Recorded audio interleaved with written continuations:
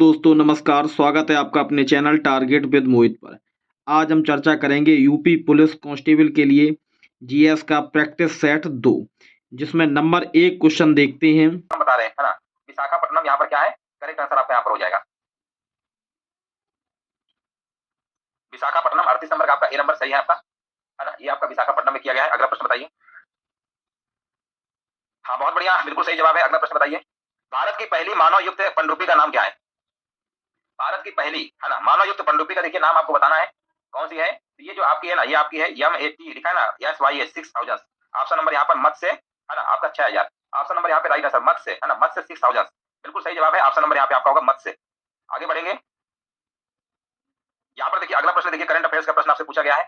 हाल ही में किस भारतीय जोड़ी ने कोरिया ओपन 2023 का खिताब अपने नाम किया है ना, अपने नाम किया है। यहाँ पर देखिए बताना है, तो यहाँ पर आंसर क्या होगा। ये प्रश्न हमने कराया इसके पहले भी। सात्विक साईराज रंकी रेड्डी और चिराग शेट्टी। ऑप्शन नंबर यहाँ पे आपका सी नंबर बिल्कुल करेक्ट आंसर आपका यहाँ पर हो जाएगा। अगला प्रश्न देखिए, यहाँ पर आपको बताना है, हाल ही में गुजरात सरकार ने किसे राज्य मछली घोषित किया है ना, किसे किया है आपको बताना है। तो ये दोस्तों आपकी है, कौन सी है, ये आपकी घोल मछली है। कौन सी है? घोल मछली है। यहाँ पर ऑप्शन देख लीजिए, थोड़ा सा हल्का आपको दिख रहा होगा, है ना बिलर। यहाँ पर घोल मछली है। ऑप्शन नंबर यहाँ पे आपका सही है। आगे बढ़ेंगे। यहाँ पर आपको बताना है, कनाडा इंडिया फाउंडेशन द्वारा ग्लोबल इंडियन अवार्ड से सम्मानित होने वाली पहली भारतीय महिला कौन है ना, पहली भारतीय महिला कौन है, उनका आपको नाम बताना है। और ये दोस्तों आपकी है सुधा मूर्ति। ऑप्शन नंबर यहाँ पर लगाना होगा आपको डी नंबर। अगला प्रश्न देखिए, यहाँ पर आपको बताना है, नेक्स्ट प्रश्न बताइए। क्वेश्चन नंबर देखिए 43 नंबर बताना है। निम्नलिखित में से उत्तर प्रदेश का कौन सा जिला राष्ट्रीय राजधानी क्षेत्र NCR में शामिल है ना, कौन जिला आपका शामिल है। तो इसमें आपका कौन कौन शामिल है, यहाँ पर आपको कमेंट करना है। राइट आंसर आपका यहाँ पर क्या होगा, है ना, यहाँ पर आपको बताना है राइट आंसर क्या होगा। शामली जिले को, बिल्कुल सही है, बिल्कुल सही जवाब है शामली। ऑप्शन नंबर ए लगा दीजिए। आगे बढ़ेंगे। यहाँ पर आपको बताना अगला प्रश्न है, उत्तर प्रदेश आर्म्ड कांटेबुलरी एक्ट किस वर्ष पारित किया गया? ये किस वर्ष पारित किया गया था? ये आपका किया गया था, 44 नंबर बताना है, 1948 बिल्कुल सही है। 1948 देख लीजिए, सभी का जवाब आ रहा है। ऑप्शन नंबर आपका ए नंबर सही है। यहाँ पर आपसे पूछा गया सूची फर्स्ट को सूची सेकंड से क्या करना है, सुमेलित करना है। थोड़ा सा बड़ा सा प्रश्न हो सकता है ना, सुमेलित करिए और बताइए इसका आंसर क्या होगा। चलिए कमेंट करिए सभी लोग। बात खंडे संगीत संस्थान, ये आपका 1926 लखनऊ, ये तो सही है। राज्य ललित कला अकादमी, है ना, राज्य ललित कला अकादमी 1962 है आपका। उत्तर प्रदेश संगीत नाटक अकादमी की 1963। और यहाँ पर भारतीय नाटक अकादमी 1975। अब आप कहेंगे तो सभी लग रहा सही है, तो सभी सही है, क्रम से दिया गया है, तो हमें क्या दिक्कत। ऑप्शन नंबर ए लगा दीजिए, 1 2 3 4 बस हो गया। आगे बढ़ेंगे। यहाँ पर देखिए 46 नंबर आपको कमेंट करना है। यहाँ पर राइट आंसर बताइए क्या होगा।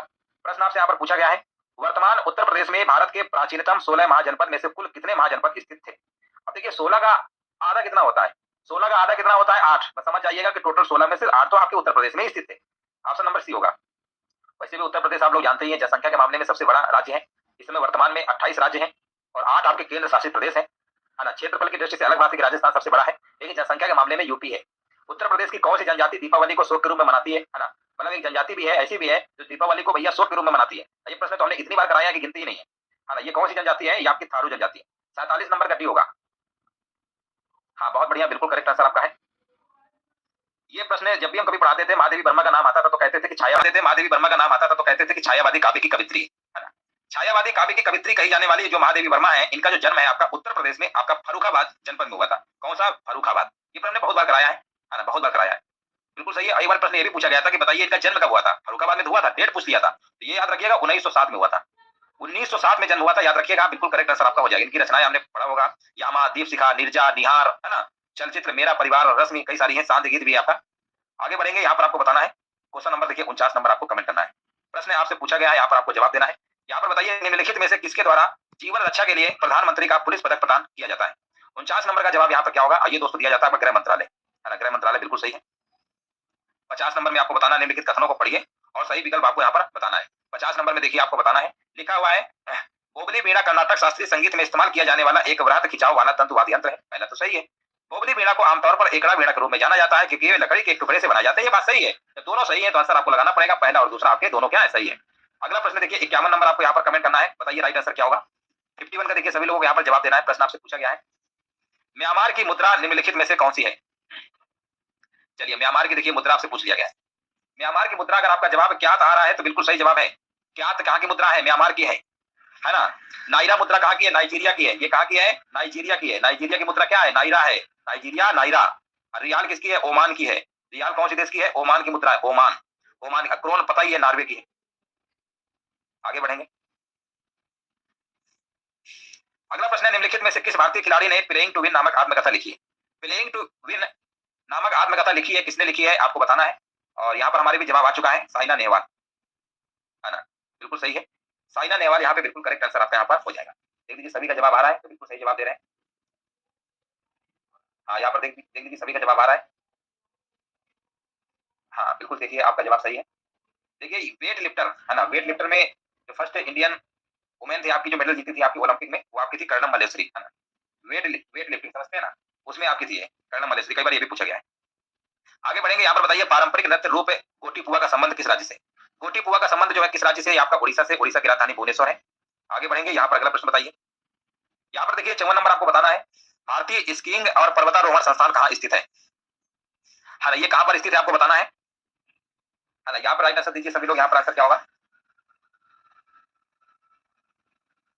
हाँ, गुलमर्ग बता रहे हैं, बिल्कुल सही है ना। ये आपका गुलमर्ग है, प्रश्न आपका पूछा गया है ना। गुलमर्ग बिल्कुल सही है। ऑप्शन नंबर यहाँ पे क्या होगा, ऑप्शन नंबर यहाँ पे गुलमर्ग आपको लगा देना है। देख लीजिए सभी का जवाब आ रहा है, तो बिल्कुल सही जवाब दे रहे हैं। अगला प्रश्न बताइए। यहाँ पर देखिए अगला प्रश्न पूछा गया, निम्न में से किस देश को हवाओं का देश कहा जाता है। 55 नंबर में आपको बताना है हवाओं का देश के रूप में किसे जाना जाता है, तो ये आपका जाना जाता है डेनमार्क है। डेनमार्क जो है हवाओं का देश कहा जाता है, क्योंकि पवन से बिजली पैदा करने के मामले में डेनमार्क जो है विश्व में पहले स्थान पर है, मतलब हवा से बिजली पैदा कर देता है, इसलिए पहले नंबर पे डेनमार्क। आगे बढ़ेंगे, यहाँ पर अगला प्रश्न बताइए, निम्नलिखित में से किस आर्थिक व्यवस्था में पूंजीगत वस्तुओं पर निजी व्यक्तियों या व्यापारियों का स्वामित्व होता है और माल और सेवाओं का उत्पादन बाजार में आपूर्ति और मांग पर निर्भर करता है। 56 नंबर यहाँ पर क्या होगा, 56 नंबर का जवाब यहाँ पे पूंजीवादी अर्थव्यवस्था होगा। अगला प्रश्न यहाँ पर बताइए, जीएसटी की अधिकतम दर कितनी है। अरे जीएसटी की अधिकतम दर जो आपकी है 28% है, कितनी है, 28% है, ऑप्शन नंबर डी लगा दीजिए। अगला प्रश्न बताइए, भारत के निम्नलिखित राज्यों में से किसके तीन तरफ अंतरराष्ट्रीय सीमा स्थित है। बहुत बार प्रश्न आया है, भारत का एक ऐसा राज्य है जिसके तीनों तरफ से यानी बांग्लादेश से घिरा हुआ है, अंतरराष्ट्रीय सीमा कह सकते हैं, और वो राज्य का नाम है आपका त्रिपुरा। त्रिपुरा की राजधानी कौन सी है, अगरतला है। नमस्ते नमस्ते सभी को नमस्ते। अगला प्रश्न देखिए, यहाँ पर आपको बताना है, नेक्स्ट प्रश्न बताइए, भारत के निम्नलिखित में से कौन सी पर्वत श्रेणी केवल एक ही राज्य में विस्तृत है। हाँ, एक ही राज्य में विस्तृत है, वो आपकी है अजंता पर्वत श्रृंखला। विकल्प नंबर जाएगा ए नंबर के साथ। अगला प्रश्न यहाँ पर आपको बताना है, चलिए सभी लोग यहाँ पर कमेंट करिए, निम्नलिखित में से किस द्वीप को वादे की भूमि के रूप में जानते हैं, मतलब ऐसा कौन सा द्वीप है जिसे हम वादे की भूमि के रूप में जानते हैं, है ना। ये आपका आंसर क्या होगा बताइए। ये प्रश्न आपका आया भी है, कई एग्जामों में आया है। यहाँ पर बताइए राइट आंसर क्या होगा। ये फिलीपींस में स्थित है, फिलीपींस की राजधानी मनीला है, और यहाँ पर आंसर क्या होगा, मिंडानाओ। मिंडानाओ कहाँ पर है, आपका फिलीपींस में स्थित है। अगला प्रश्न बताइए, यहाँ पर पूछा गया इनमें से कौन सा विकल्प आपका जो है आपका सुमेलित नहीं है ना, कौन सुमेलित नहीं आपको बताना है। चलिए यहाँ पर बताइए 61 नंबर का जवाब क्या होगा। 61 नंबर में देखिए आपको यहाँ पर कमेंट करना है, यहाँ पर आपकी जनजातियां एक तरीके से देखा जाए, है ना, तो जो यहाँ आपकी जनजातियां लिखा है ना, गिरगीज लिखा है ना, खिरगीज लिखा हुआ है, सॉरी खिरगीज जो है ये आपकी सूडान में आपका है ना, सूडान वाला गलत है। ये जो आपकी है ना, ये आपकी मध्य एशिया में, ये मध्य एशिया में, कहाँ पे, मध्य एशिया जनजातियां, ये मध्य एशिया यहाँ पर होना चाहिए, क्या होना चाहिए था, मध्य एशिया। बाकी तो चलो सब सही थे, यहाँ पर मध्य एशिया होता तो सही हो जाता। ऑप्शन नंबर डी आपका बिल्कुल सही है, यही आपका सुमेलित नहीं था। अगला प्रश्न देखिए, यहाँ पर आपको बताना है, पार्श्वनाथ जो एक क्षत्रिय तथा बनारस के राजा अश्वसेन के पुत्र थे, वह कौन से जैन तीर्थकर थे। पार्श्वनाथ पूछा गया है, आसान प्रश्न है। महावीर स्वामी के पहले कौन आए थे, 23वें 24वें नंबर पे महावीर स्वामी थे। ऑप्शन नंबर यहाँ पे लगा दीजिए सी नंबर। अगला प्रश्न बताइए, आगरा किले के परिसर में निम्नलिखित मुगल शासकों में से किसने मुस्लिम मस्जिद का निर्माण करवाया था, किसने करवाया था, बहुत बार प्रश्न पूछा गया है। और आंसर यहाँ पे क्या होगा, आंसर आपका होगा यहाँ पर शाहजहां। देख लीजिए सभी का आ रहा है 63 नंबर का, जिनका भी जवाब शाहजहां आ रहा है ना, बिल्कुल सही आंसर दे रहे हैं। अगला प्रश्न बताइए, यहाँ पर अगला प्रश्न बताना है, किस घटना के बाद महात्मा गांधी ने फरवरी वर्ष 1922 ईस्वी में असहयोग आंदोलन आपका वापस ले लिया था। 64 नंबर बताइए क्या होगा। हाँ, ये आपकी चौरी चौरा घटना कह रहे हैं, है ना, 64 नंबर का यहाँ पर डी बिल्कुल सही है, चौरी चौरा घटना के बाद वापस ले लिया था। अगला प्रश्न बताइए, यहाँ पर अगला प्रश्न बताइए, यहाँ पर बताना इनमें से कौन भारत के स्वतंत्रता आंदोलन के लाल बाल पाल में से एक थे। लाल बाल पाल में से एक थे आपको बताना, लाला लाजपत राय, है ना, बाल गंगाधर तिलक और विपिन चंद्र पाल। तो ऑप्शन नहीं दिया गया, एक ही दिया गया, बस लगा दीजिए। 65 नंबर का बी नंबर हो जाएगा, बहुत ही सिंपल प्रश्न था आपका, है ना, बिल्कुल सही है। ये आपके लाल बाल पाल जो है ना, एक प्रश्न पूछा जाता है कि बताइए भैया कांग्रेस के जो थे ना, किससे संबंधित थे, ये आप गर्म दल से थे, उग्रवादी, है ना, बहुत जल्दी गर्मवादी थे, मतलब तुरंत गुस्सा आना एकदम से, उग्रवादी थे आपके। उग्रवादी को मतलब बोलते हैं गर्म दल, क्या बोलते हैं, गर्म दल, है ना, गर्म दल, ये गर्म दल के थे आपके लाल बाल पाल।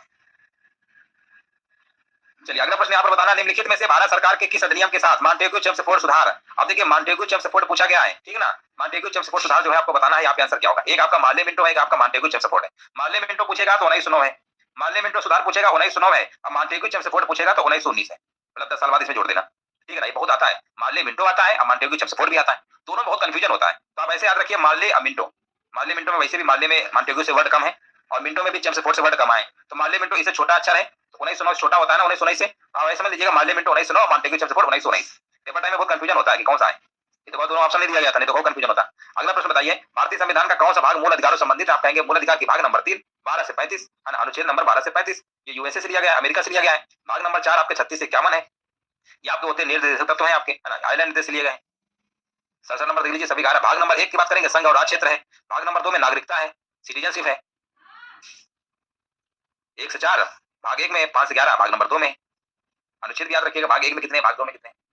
अगला प्रश्न बताइए, भारत में सर्वोच्च न्यायालय के न्यायाधीशों की अगर हम बात करते हैं अधिकतम संभावित संख्या कितनी होती है? तो यहाँ पर अगर हम बात करेंगे 33 तो आपके हो गए, एक आपके हो गए मुख्य न्यायाधीश, टोटल 34 हो सकते हैं ना, 34 आपके संभव। ऑप्शन नंबर यहाँ पे आपका, यहाँ पर क्या है, ऑप्शन नंबर डी होगा। नेतृत्व संस्था है, मतलब संविधान में ना हो, है ना, संविधान वर्णन ना हो, वो कौन सी है, वो आपका नीति आयोग है। नीति आयोग जिसका नाम पहले क्या था, योजना आयोग था। इसका पहले नाम क्या था, योजना आयोग था, है ना। अब इसका नाम बदल के कर दिया गया नीति आयोग, ठीक है ना, नीति आयोग। ऑप्शन नंबर पहला यहाँ पर सही है। आगे बढ़ेंगे, यहाँ पर बताइए जीएसटी परिषद का अध्यक्ष इनमें से कौन होता है, 70 नंबर बताइए। जीएसटी यानी गुड्स एंड सर्विस टैक्स होता है, वस्तु एवं सेवा कर होता है, इसका आपको बताना है अध्यक्ष कौन होता है। और अध्यक्ष की हम बात करते हैं, आपके होते हैं दोस्तों केंद्रीय वित्त मंत्री होते हैं। ऑप्शन नंबर पहला सही है ना, बिल्कुल सही है, बिल्कुल राइट आंसर दिया गया है। केंद्रीय वित्त मंत्री इसमें वर्तमान में भैया कौन है, निर्मला सीतारमण है, याद रखिएगा निर्मला सीतारमण। आगे बढ़ेंगे, यहाँ पर आपको बताना है निम्नलिखित में से कौन लोकसभा के प्रोटेम अध्यक्ष की नियुक्ति करता है। प्रोटेम स्पीकर है ना, समझते हैं ना, अस्थायी जिसे स्पीकर कहते हैं। प्रोटेम स्पीकर एक तरीके अस्थायी होता है, मान लो स्थायी नहीं बना गया तो प्रोटेम से काम चलाया जाता है, अस्थायी जैसे वो बन जाते हैं, कोई दिक्कत नहीं होती। तो ये आपकी होती है ना, यहाँ पर आपका होता है प्रोटेम का मतलब वो क्या होता है, नवनिर्वाचित सदस्यों को शपथ दिलवाना होता है बस। तो यहाँ पर सी नंबर लगा दीजिए, भारत के राष्ट्रपति के द्वारा नियुक्ति की जाती है। बहुत बार प्रश्न आया ये, मानव रक्त का पीएच मान कितना होता है, 7.4, बहुत बढ़िया, बिल्कुल सही है, क्षारीय होता है। अगर देखिए पीएच वैल्यू अगर 7 से कम है तो अम्लीय होता है, और 7 से 14 के बीच में होता है क्षारीय होता है, और केवल 7 है तो आपका उदासीन होता है। अगला प्रश्न बताइए, भूकंप की तीव्रता मापने के लिए किसका प्रयोग किया जाता है ना, यहाँ पर आपका होगा रिएक्टर स्केल, बिल्कुल सही है। हाँ, हवा की गति अगर मापना है तो एनेमोमीटर का प्रयोग करेंगे, है ना, अगर हवा की मान लो गति मापना है, बिल्कुल सही है। जल की सतह पर तेल की उपस्थिति अगर हमें ज्ञात करना है कि तेल है कि नहीं जल की सतह पर, तो उसके लिए आपका ग्रेविमीटर होता है, ग्रेविमीटर। आगे बढ़ेंगे, यहाँ पर बताइए इनमें से कौन सा एक जीवाणु जनित आपका रोग है ना, जीवाणु जनित रोग आपका यहाँ पर कुष्ठ रोग हो जाएगा, ऑप्शन नंबर ए। आगे बढ़िए, यहाँ पर बताइए इनमें से कौन सी गैस जो है बायोगैस का एक प्रमुख घटक है। बायोगैस का प्रमुख घटक कौन सा है, यहाँ पर आपको बताना है। तो बायोगैस में मेथेन जो आपकी 55 से लेकर 75% पाई जाती है, इसलिए मेथेन लगाना होगा। मेथेन का फार्मूला होता है CH4, क्या होता है, CH4 होता है मेथेन। ऑप्शन आपका बी नंबर बिल्कुल करेक्ट आंसर आपका यहाँ पर हो जाएगा। तो इस तरीके से जो आपका ये मॉडल पेपर नंबर बना दी गई है, वहां से आप सारे वीडियो देख सकते हैं, और शेयर भी कर दीजिएगा। धन्यवाद दोस्तों, वीडियो को लाइक करें तथा शेयर करें।